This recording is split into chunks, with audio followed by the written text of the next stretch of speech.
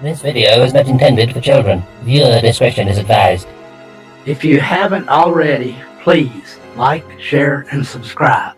Thank you. Thank you.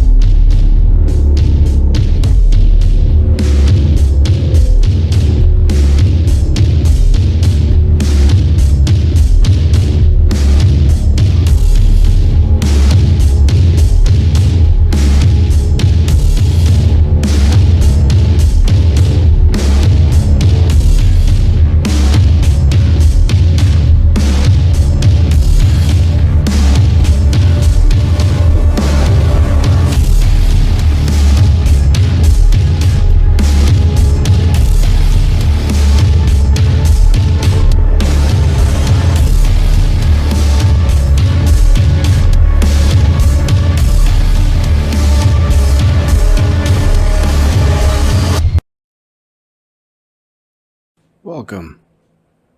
Today I am going to be sharing with you just a portion, a small chapter, of a non-relevant section of the book Revolution. It's the second one in the Evolution series. It's chapter 17 called Dirty Secrets. Here we go. Galvanics Industries. Part of operating a business, at least a successful one, means taking risks now and then. Sometimes it's changing a tired and true product line or starting a new advertisement scheme. Other times it's thinking outside of normalcy or beyond what is known or accepted. Galvanics was known for being just that type of company. They pushed the limits of what was acceptable on many occasions and were rewarded with lucrative contracts more often than not. Risk-taking businesses and money both draw certain types of people, and Galvanics was full of them. But among the trillions in the Union, a few were sick, diseased, or demented and could hide it, fit in, and mixed with the population. One such person made it into the company and gained some measure of authority. Jeffrey Rickton had been with Galvanics since his recruiting out of college. High IQ, abstract reasoning, and a work ethic was perfect for research and development. He quickly gained successes and brought in significant amounts of cash. People like that were rewarded in the smart companies. He gained power over facilities and funding. But there was more to Mr. Rickton. He was a psychopath. He had figured out a way to siphon small amounts of capital, then turn it into a constant growing cash flow outside of the company's eyes. He used this to fund a private venture which involved going outside of normalcy to the bizarre and even subhuman domains. The universe was big. Many offshoots and small groups of people grew outside the reach of the Union. They liked being far away and unseen. Some good, some bad. And Mr. Rickton used one such group to supply him with what he needed. Animals for grotesque experiments were used early on, but later he called on one of those groups to supply him with the old, the sick, and the forgotten. Towards the time just before the war in the Union, he was using stolen or captured people from far outside the government census, even children. Mr. Rickton wanted to merge humans with machines. It was that same old song sung by inspired dementia. Making humans immortal and improving beyond normal limits. Long ago, artificial body parts had become perfected. It was nothing to grow or create new limbs or organs. Even parts of the brain could be artificially repaired.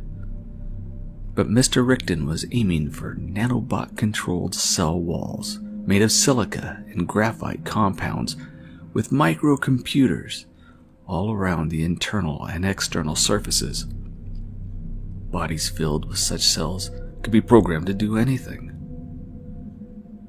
He worked alone in evenings in a private lab, just like all the cliches of black and white movies. Bodies stacked up to be burned. Others half vivisected on walls or in tanks and still alive. Freebots that had been programmed for the work spun about, poking and prodding at all hours. On his walls were eyes of some of his victims still functioning by significant artificial enhancements. At times, even he wondered if it was for mankind or pleasure that he did his work. But he had a breakthrough. It wasn't what he was aiming to achieve, but it was an achievement just the same. He had been experimenting with cells using terahertz communications with other body parts, but switched to scale-art tech when the terahertz failed. A small girl who had gone insane from Mr. Rickton's work was the first. When he turned on the cellular communications network within the girl, she phased. She could move outside of normal space instantly. Mr. Rickton, from an adjacent room, saw on surveillance the little girl light up like a magnesium fire. It was then that she appeared and disappeared at different locations around the room.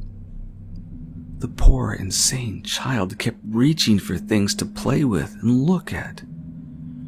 Her mind was so fractured, and the flashing around the room overcame her feeble life support. Ending in death, she was free. The tech was astonishing. When Mr. Rickton presented his discovery to his superiors, he used a freebot instead of a human. The superiors went crazy over the prospects of all the new areas of transportation and delivery systems, although the military would benefit most of all. Mr. Rickton was hailed as a genius, given financial rewards and more autonomy. It was a good day for Galvanics.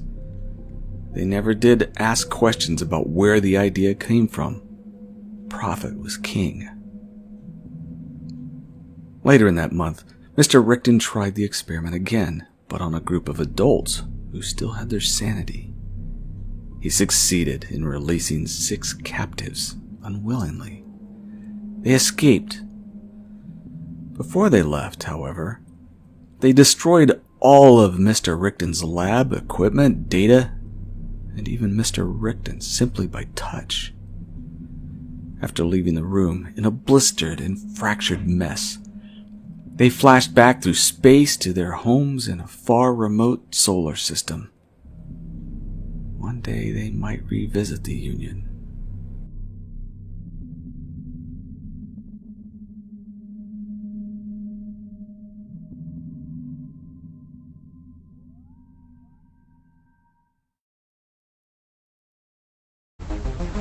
Alright, this time I'm going to do something different. I'm going away from the books.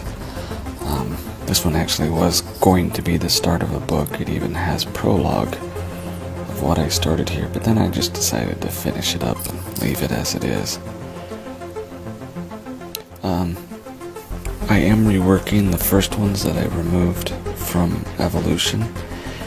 I'm discovering more and more how to use the hit film, and it's going to be really good, but this here I'm just going to slap on real cheaply so it won't probably look very well.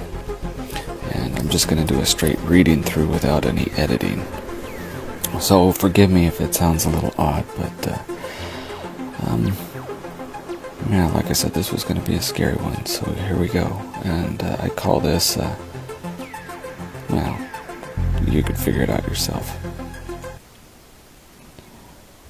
First there's light, then there's dark. Day followed by night, good pursued by evil. Healthy fights disease. The world, in fact the universe, fights opposites at every moment. Most are harmless, or even good, like awake and sleep. Both are bound together, and both serve to improve all things that dream. But opposites extend beyond the simple, easy lovelies of reality. It is one of those opposites that calls only seldom, only against the natural and completely unknown. For it's an opposite that survives in places that cannot be recorded. And yet I will try. My name doesn't matter. No one special, no one famous, and not particularly excited about the prospects of ever being known. But my name is very old, meaning valiant warrior. Nice, but only freedom fighters and those out to protect individual justice are the true valiant. The rest are deluding themselves. We all do from time to time, daydreaming of great deeds or conquering our devils, real or imaginary. It's just being human. But it has its utter opposite as well. The inhuman. Assassin fighting for no reason at all but to sow fear, pain, and death. I found one. Maybe more. It's just so far removed from rational reality to know for sure. I first met one as a child.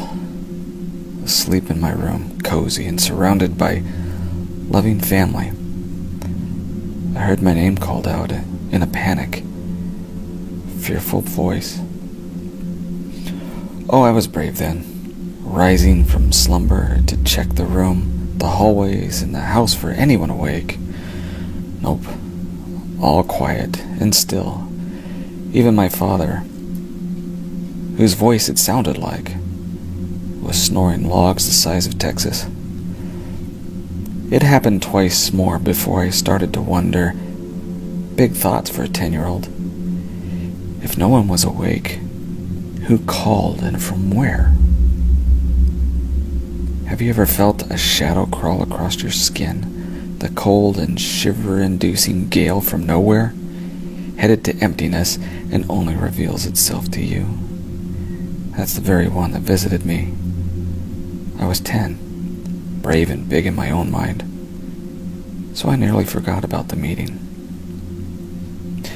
A chance meeting, I think. When I was 16, I did the whole outdoors adventure stuff, from surfing to camping to diving deep into abandoned mines. They tell you those old mines were abandoned because the gold or silver ran out. I know better. It was here, in a desert mine, left quiet and still for nearly 100 years, when the door to the opposite opened again. I was still brave. At 16, and thought myself to be a man, a real man, venturing deep into forgotten tunnels all alone for the sheer joy of exploring the unknown. It must have been near a mile-long and twisted passage where I found the bones of a dog. I stopped and imagined how a coyote chased a rabbit, then got lost and died where my flashlight found it. But the truth was not so easy. Under the dog was at least 80 years of dirt, and under that was a man named Missing. I felt the shadow once again, only this time it shut my eyes, took power from my light, and induced delirium. But again, I was brave. I focused my mind, recalled my steps, and followed my instincts back to the fresh air and sunlight. I left that shadow deep in the underground, but this shadow doesn't understand our rules of distance, depth, or time. We would meet again. College found me and put me squarely in the health sciences. Sciences, do you still believe? Anyway, dissected anatomy with brain and bone, nerve and muscle splayed out in tanks, jars, under glass, surrounded my mind for memorization. Tuck these things into your head, let them rattle around, to never forget was the purpose of so many sacrificed at the altar of health. Learning from the dead to understand life only makes sense if you choose to be a proficient healer, which I had. Those labs smelled terribly, with formaldehyde and rotting fat. Oh, by the way, rotting human is the second worst smell you can experience. The first is if you take that unequaled and offensive sinus abuse and combine it to a foul. Just a tidbit for those who keep these little perversion treasures for whatever twisted reason you come up with. Meanwhile, back at the lab, I searched for a specimen submerged in a body tank sized, but they were all closed. I lifted the lid to several tanks, trying to find just the right set of misfortunes that would lead to my education. Guess who I found hiding? Yes, inside, smothering the corpse of a legless soldier, was an opposite enjoying the loss of bravery. It was fresh, and so was the Marine, with insignias tattooed brightly showing his type of service. It mustn't have been expecting life and nerve to disrupt its dance of victory, for when I opened the tank, both it and I were startled. My reaction was to jump backwards from the unexpected. It was to my assault, my subconscious, for I never slept well again. But I wasn't alone on the human side of the equation. Comrades, both male and female, were hit by the nasty shadow. I was the one who stood first, stood brave, and drove back into the tank. The Marine served us one last time by revealing his subskin anatomy, and I won. And later for me, many ticks of the clock, stacks of calendars and days left in memory, but not later for that pesky, nasty shadow opposite. Time doesn't touch the untouchable, but it adds to things that touch me. Kids, grandchildren, beloved wife, friends, so many others joined to my life and existence, an experience that made me whole. But unbeknownst to me, it also made me vulnerable. Opposite came, found me in my health, my middle child's health, and potential loss of others. I didn't see him lurking there, but that's his gift and talent. He hides where no one thinks to look. My wife's nearly died, and Shadow took a piece of me.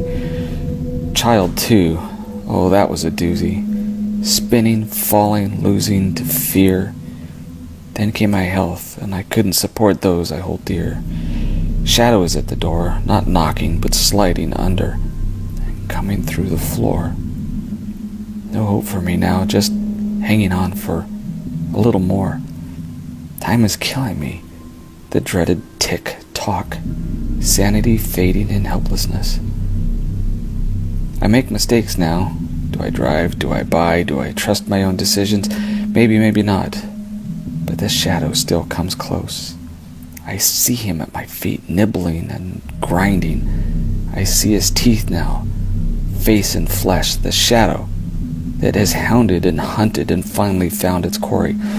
Looking him in the face, I see him now, know him now, recognize him from days long ago.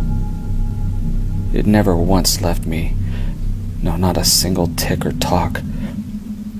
Oh, what a fool I have been. The shadow is me, my hated and trusted self, but just a part. The part called pride.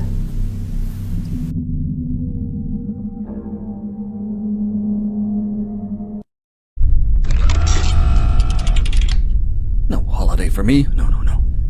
Projects to finish, designs to make, and Mr. Gilbert has to have his new steam engine design done on time. Yes. Always on me to fix, to make, to build. Oh, I have my vacation all designed, polished, and planned out. You're too late to stop me. My beauty, my love is coming. Yes. Here we go. Time to close up your back panel, my dearest automaton. Look how beautiful you are. A face of porcelain and brass, eyes of agates, and the finest blonde hair I could find. Well, involuntarily remove. She was wasting her life anyway. She won't miss her hair at the bottom of the river. Now, my dearest, you're all wound up. Steam engine is lit and fully functional. Go, my wonderful creation. Make this city quiet. Give me the holiday I always wanted. It's time for you to kill them all. No bullets will stop you. No fire or hammer. Go, my automation lady. Go, my automaton lady of death. All my work is done. Go play. Play in the blood of humanity.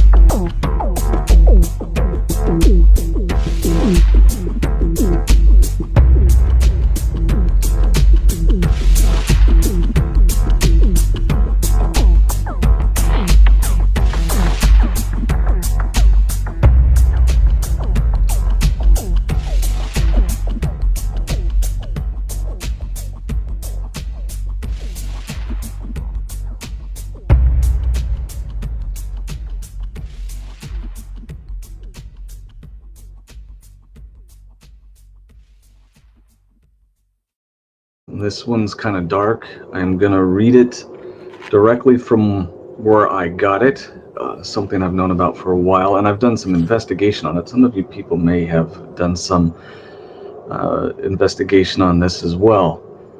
It's one of those things from back in World War II where we had some terrible people doing some terrible things, and this one actually happens to come from Russia. And in my investigation of this story, trying to find out if it's true or plausible, coming from, like I was telling Loki before, my scientific mind and my healthcare training.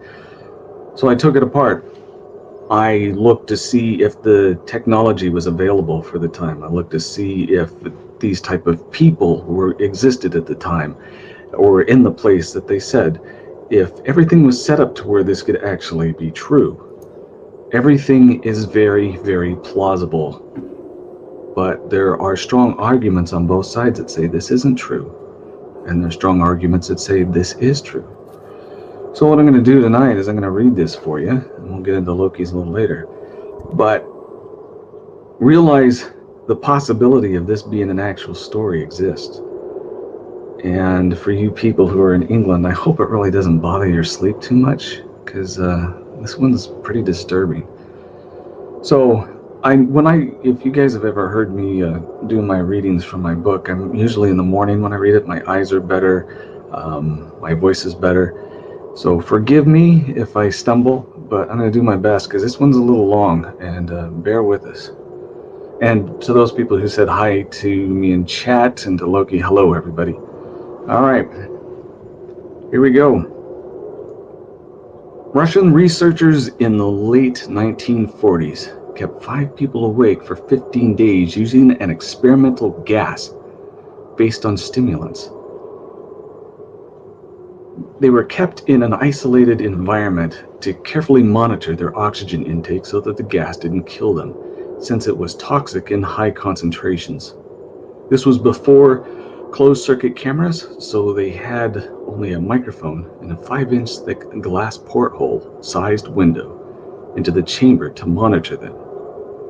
The chamber was stocked with books, cots to sleep on, but no bedding, running water and toilets, and enough dried food to last for over a month. The test subjects were political prisoners, which we all know what that means, deemed enemies of the state during World War II. Everything was fine for the first 5 days. The subjects hardly complained, having been promised, falsely, that they would be freed if they submitted to the test and did not sleep for 30 days. Their conversations and activities were monitored, and it was noted that they continued to talk about increasingly traumatic incidents in their past, and the general tone of their conversation took on a darker aspect after 4 days mark. After 5 days, they started to complain about the circumstances and the events that led them to where they were, and started to demonstrate severe paranoia. They stopped talking to each other and began alternating whispering to the microphones. And let me read that again. They stopped talking to each other and began alternating whispering to the microphones in the one-way mirrored porthole. Oddly, they all seemed to think that they could win the trust of the experimenters by turning over their comrades, the other subjects in captivity with them. At first, the researchers suspected this was an effect of the gas itself. After 9 days, the first of them started screaming. He ran the length of the chamber, repeatedly yelling at the top of his lungs for 3 hours straight. He continued attempting to scream, but was only able to produce an occasional squeaks. The researchers postulated that he had physically torn his vocal cords. The most surprising thing about his behavior is how the other captives reacted to it, or rather, didn't react to it. They continued whispering to the microphone until the second and third captives started to scream. The two non-screaming captives took the books apart, smeared pages after page with their own feces, and pasted them calmly over the glass portholes. Then the screaming promptly stopped. So did the whispering to the microphones. After 3 more days passed, the researchers checked the microphones hourly to make sure that they were working, since they thought it was impossible that no sound could be coming from the 5 people inside. The oxygen consumption in the chamber indicated that all 5 must still be alive. In fact, it was the amount of oxygen that 5 people would consume at a very heavy level of strenuous exercise. On the morning of the 14th day, the researchers did something they said they would not do to get the attention from their captives.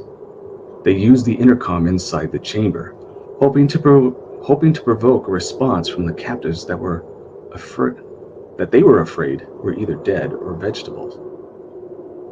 They announced, "We are opening the chamber to the test. We are opening the chamber to the test microphones. Step away from the door and lie flat on the floor, or you will be shot. Compliance will earn one of you immediate freedom. I'll remind you, I'm just reading this the way it's written, sorry. To their surprise, they heard a single phrase in a calm voice response. We no longer want to be freed. Debate broke out among the researchers and the military forces funding the research. Unable to provoke any more response using the intercom, it was finally decided to open the chamber at midnight on the 15th day.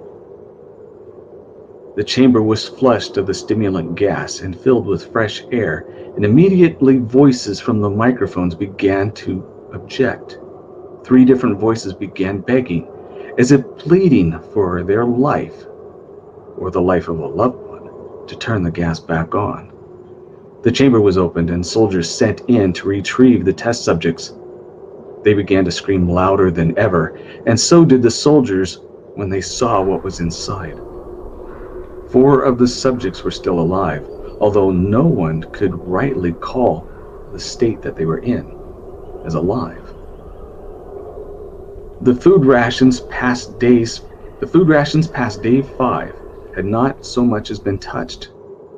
There were chunks of meat from the dead test subject, his thighs and chest, stuffed into the drain in the center of the chamber, blocking the drain and allowing 4 inches of water to accumulate on the floor. Precisely how much of the water on the floor was actually blood was never determined. All 4 of the surviving test subjects also had large portions of muscle and skin torn away from their bodies. The destruction of the flesh and exposed bone on their fingertips indicated that wounds were inflicted by hand, not by teeth, as the researchers initially thought. Closer examination of the positions and angles of the wounds indicated that most, if not all of them, were self-inflicted. The abdominal organs below the rib cage of all four test subjects had been removed. This is one of those places where I did a lot of thinking about my medical research and the stuff that I had learned. Under certain circumstances, people can survive with their organs outside of their body, but it has to be certain circumstances, and this is what they saw. While the heart and lungs and diaphragm remained in place, the skin and most of the muscles attached to the ribs had been ripped off, exposing lungs through the rib cage. All the blood vessels and organs remained intact. They had just taken out and laid on the floor, fanning out around the eviscerated but still living bodies of the subjects. The digestive tracts of all 4 could be seen still working, digesting food.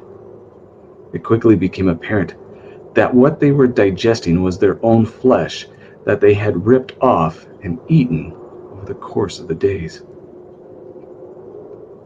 Most of the soldiers were Russian specialist operatives at the facility, but still many refused to return to the chamber to remove the test subjects. They continued to scream to be let out of the chamber and immediately begged and demanded that the gas be turned back. The test subjects continued to scream and wanted the gas to be turned back on, lest they fall asleep. To everyone's surprise, the test subjects put up a fierce fight in the process of being removed in the chamber. One of the Russian soldiers died from having his throat ripped out.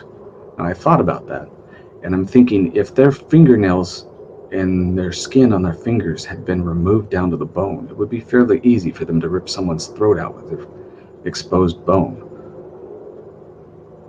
Another was gravely injured by having his testicles ripped off and an artery in his leg severed by one of the subject's teeth. Another 5 of the soldiers lost their lives, if you count the ones that committed suicide in the weeks following the incident. In the struggle, one of the 4 living subjects had his spleen ruptured and he bled out almost immediately. The medical researchers attempted to sedate him, but this proved impossible. He was injected with more than 10 times the human dose of morphine and still fought like a cornered animal, breaking the ribs and arm of one of the doctors.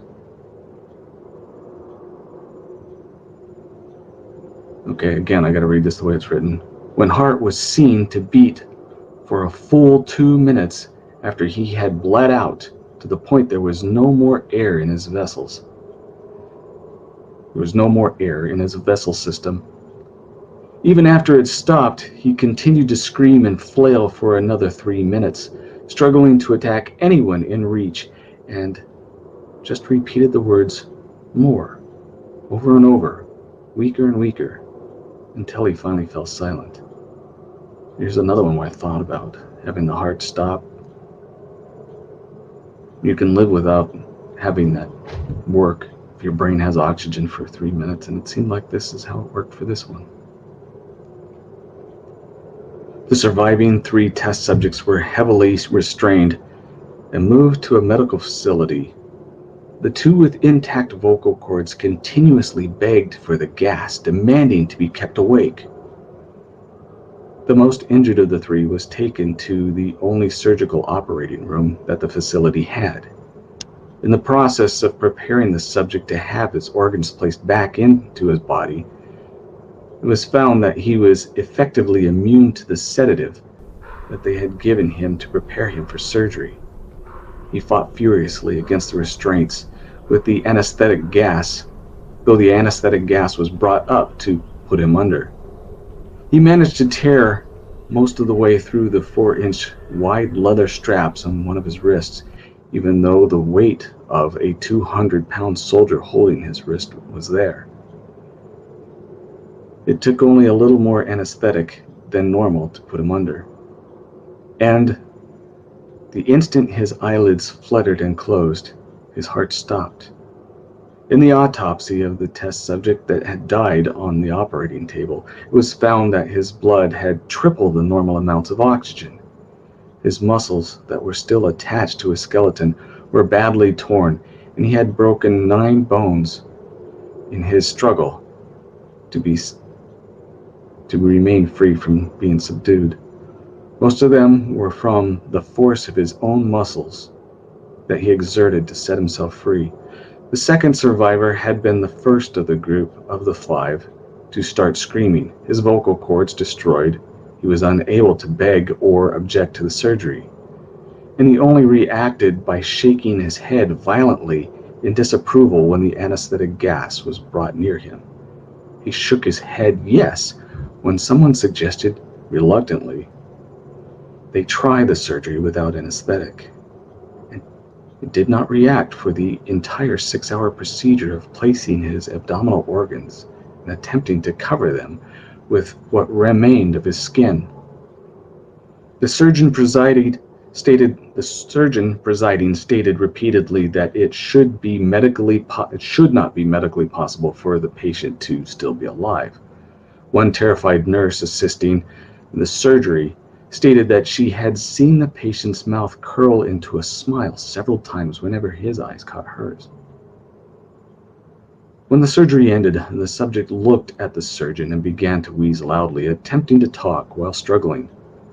Assuming this must be something of a dramatic importance, the surgeon had a pen and pad fetched so that the patient could write his message. It was simple. Keep cutting. The other 2 test subjects were given the same surgery, both without anesthetic as well, although they had to be injected with a paralytic for during the operation. They had to be injected with a paralytic for the duration of the operation. The surgeon found it impossible to perform the operation while the patients laughed continuously. Once paralyzed, the subjects could only follow the attending researchers with their eyes. The paralytic cleared their system in an abnormally short period. Sorry, my eyes are getting weak. And they were soon trying to escape their bonds. The moment they could speak, They were again asking for the stimulant gas. The researchers tried asking why they had injured themselves, why they had ripped out their own guts, and why they wanted to be given the gas. One of them responded, "I must remain awake." All three subjects' restraints were reinforced and they were placed back into the chamber awaiting determination as to what they should be done with them. The researchers, facing the wrath of the military benefactors for having failed their stated goals of the project, considered euthanizing the surviving subjects. The commanding officer, an ex-KGB, instead saw potential. He wanted to see what would happen if they put them back in on the gas. The researchers strongly objected, but were overruled.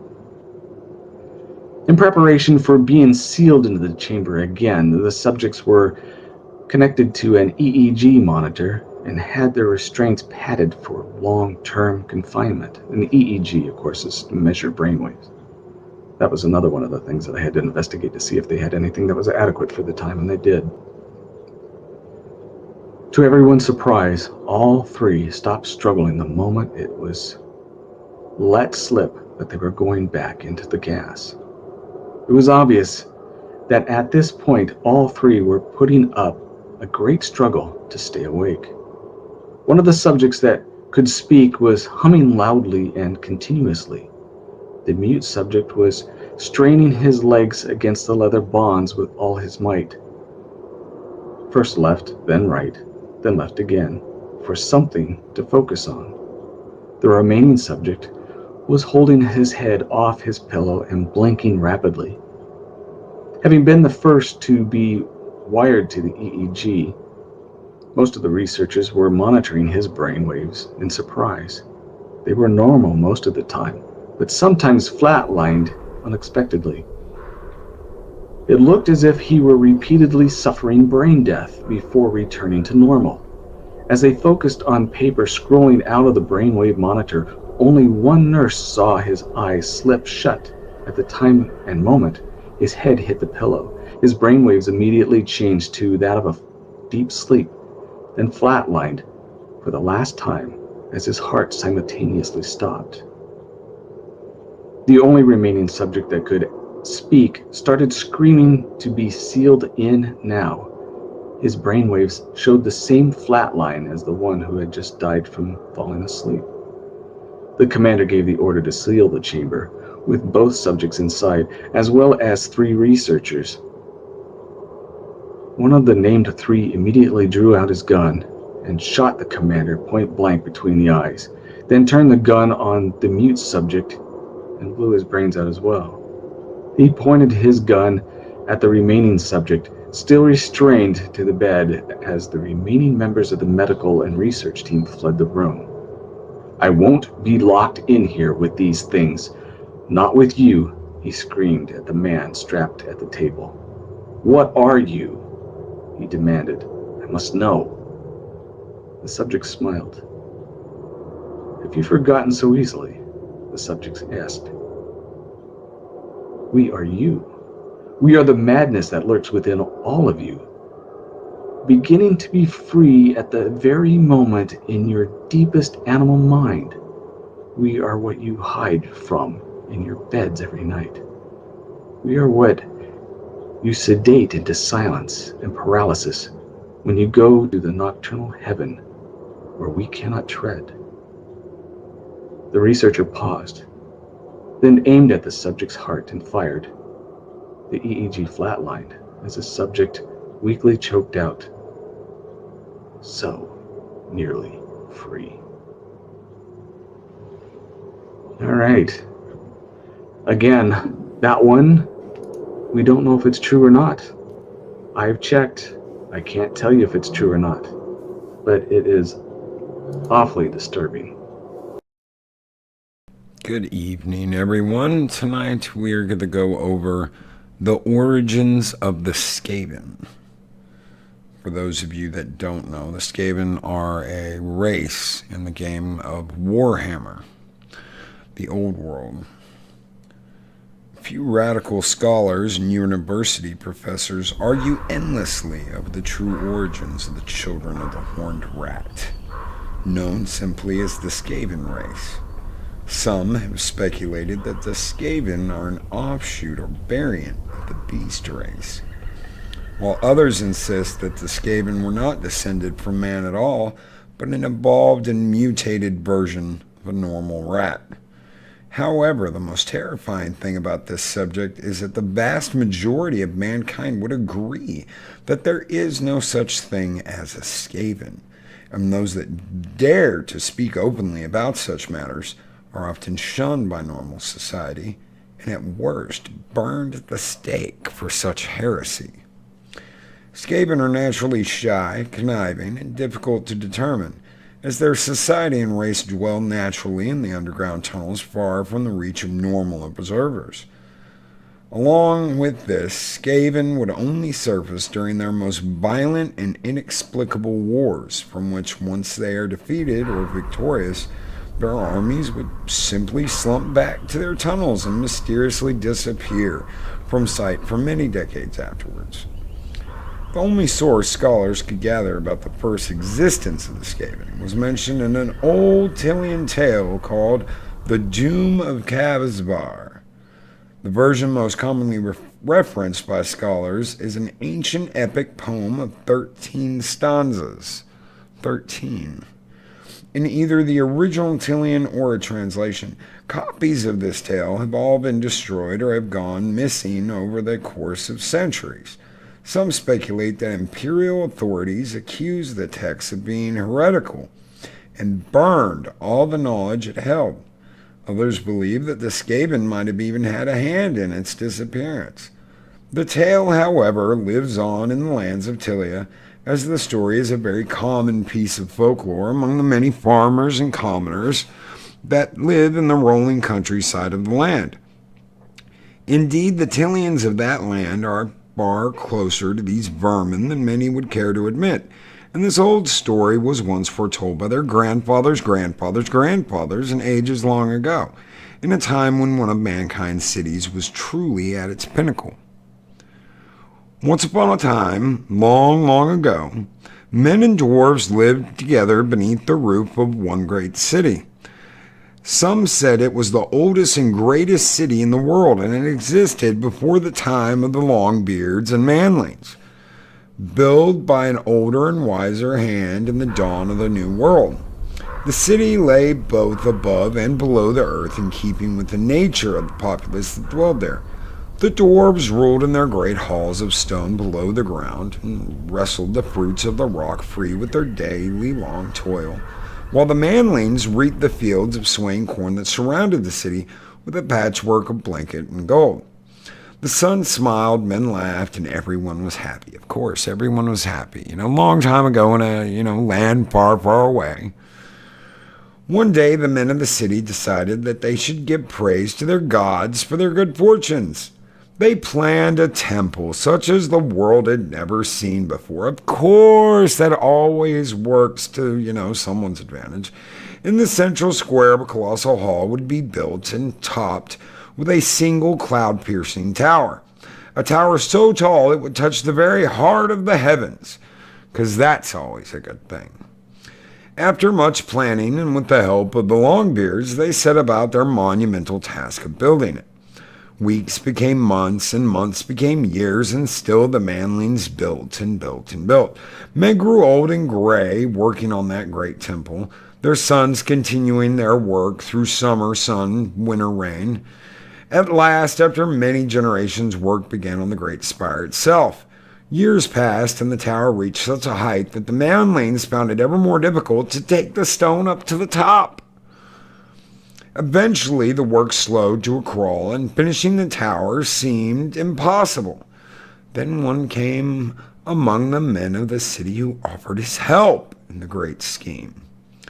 He asked a single boon of them in return, and claimed that if they would grant him this, he would complete the tower in a single night. The manlings said to themselves, "What have we got to lose?" and offered to make a bargain with the gray-clad stranger. All he wished was to add his own dedication to the gods onto the temple structure. The manlings agreed and the bargain was struck. At dusk, the stranger entered the unfinished temple and bade the manlings to return at midnight. Clouds slept over the moons, cloaking the temple in darkness as the manlings left. All over the city, men watched and waited as the hours slipped past until, near midnight, by ones and twos, they gathered again in the temple square.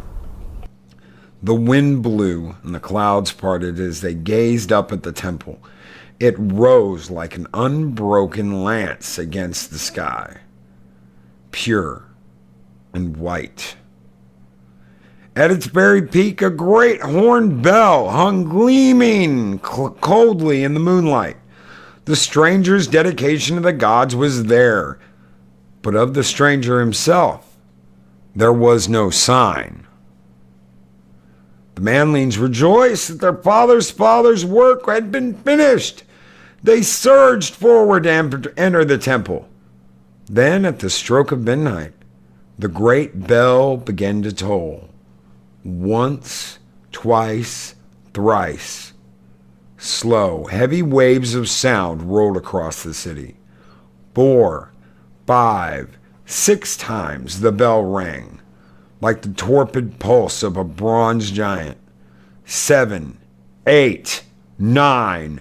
The rolling of the bell grew louder with each ring, and the manlings staggered back from the temple steps, clutching their ears. 10, 11, 12, 13.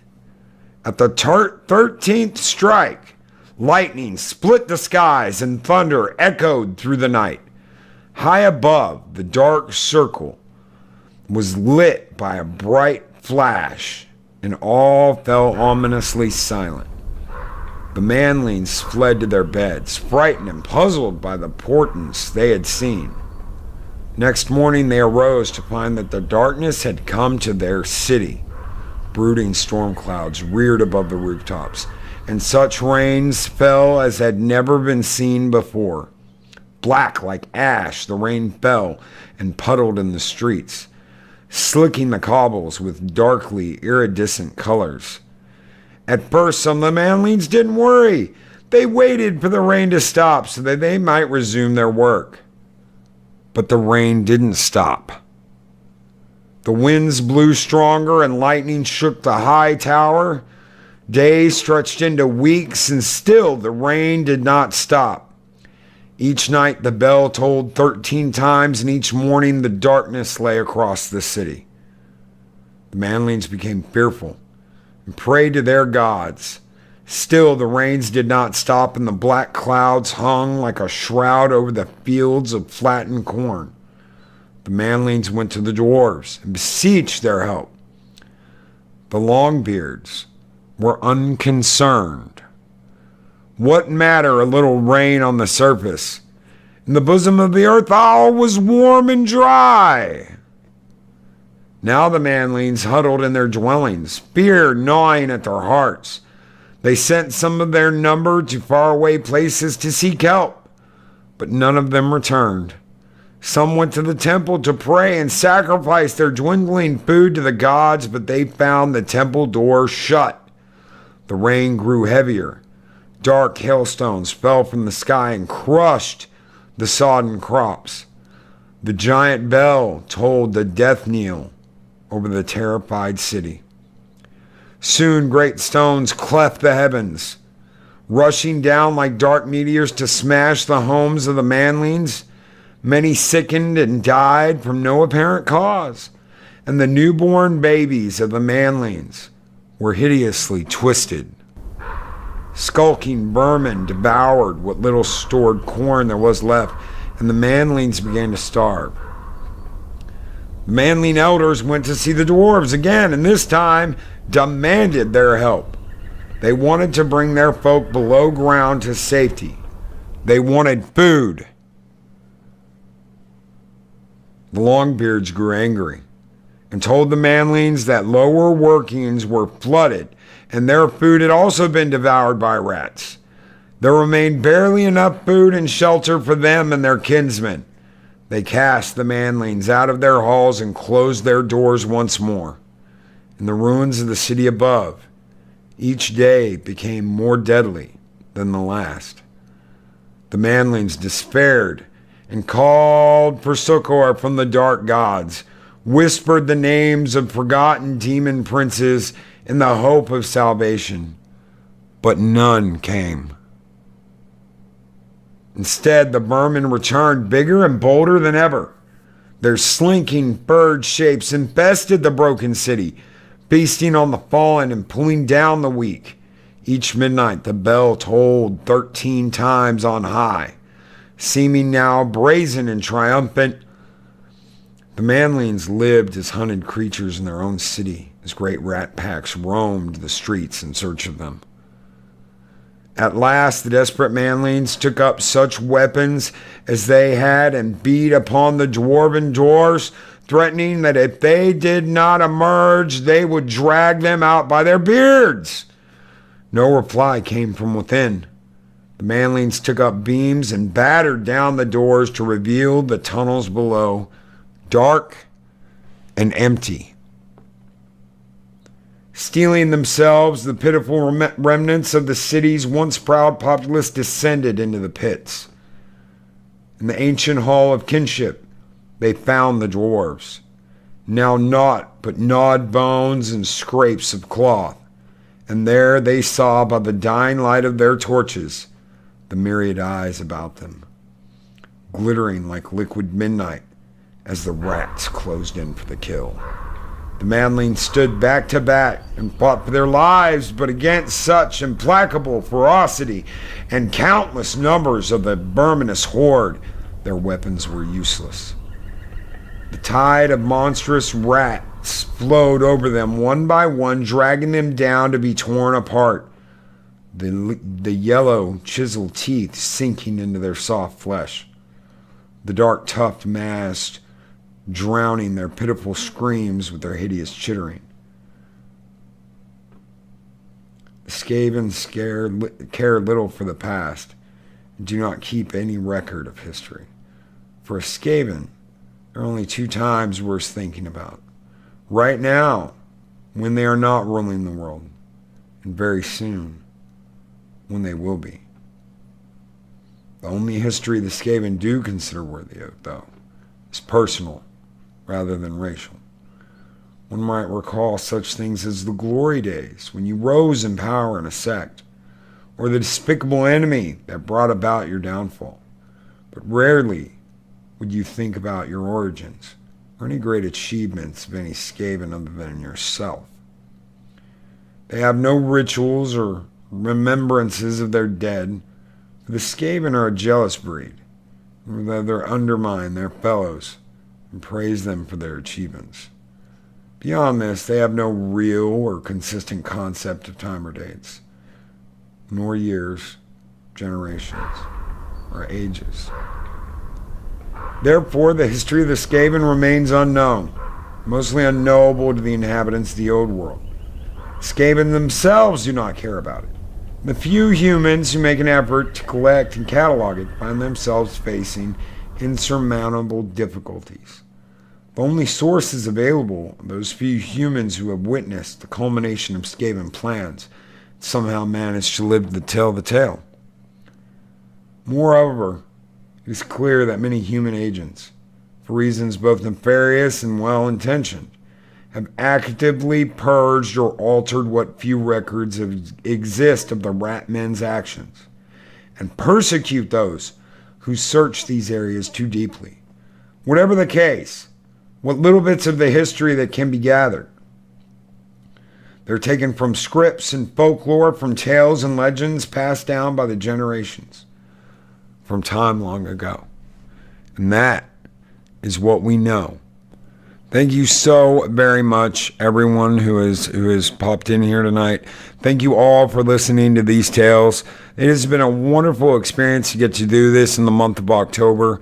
Big thank you to Adega Outlaw for doing this with me. Thank you all for listening, and we will catch you all next time on 7 Kinds of Mischief.